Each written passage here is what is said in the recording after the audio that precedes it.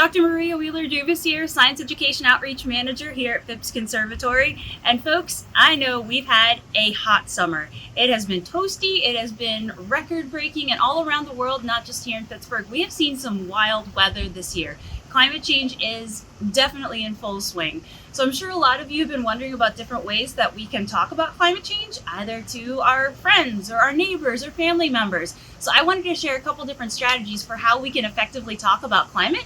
Because it's a sensitive subject.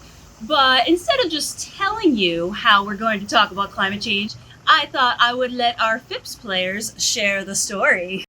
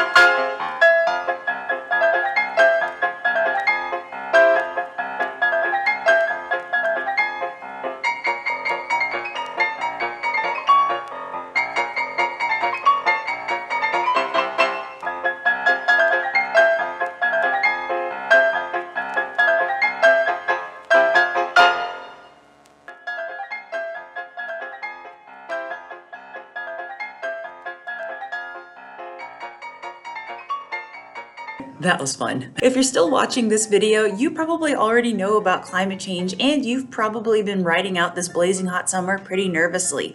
But like that plucky group we saw in today's video, we can't let Doom McGloom win. Instead, we need to use some of the science communication strategies that we saw today so we can act and work together for the planet. So let's review. So first, lead with hope. Our world is indeed a beautiful place, but I think we all know that if we turn on the news, it can overwhelm us, and it can overwhelm us into despair and inaction, especially with climate change.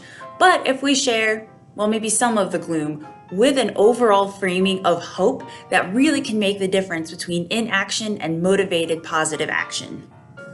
And how do we keep it hopeful? With our second strategy, focus on action items. Talk about solutions and talk about all that each of us can do to help. Yes, climate change is a big problem, but that also means that there's lots of different avenues for solutions. So there's something that can speak to anyone's interests, abilities, or particular skills.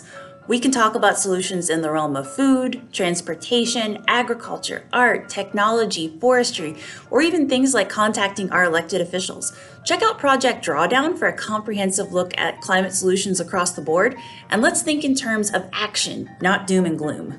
And the third major strategy is sharing climate science, yes, but share it with stories. We humans are wired to connect with stories. We're actually way more likely to remember stories than we are to remember facts. So when we share information through stories, we're able to connect with folks on an emotional level that they'll actually remember. Now, does that mean you have to make an independent silent short film every time you want to share climate information? No. But what are the stories that you know about climate change? Things that have impacted you personally about climate? Here in Western Pennsylvania, most of us have stories about flooding or roads washing out just from within the last several years, because as our part of the state becomes warmer and wetter, we're seeing a lot more rainfall, or we're seeing shifting patterns in when we get that rainfall. And that's resulted in a lot of personal impacts from climate change. Your story is your story. It's your personal experience, and no one can argue with that.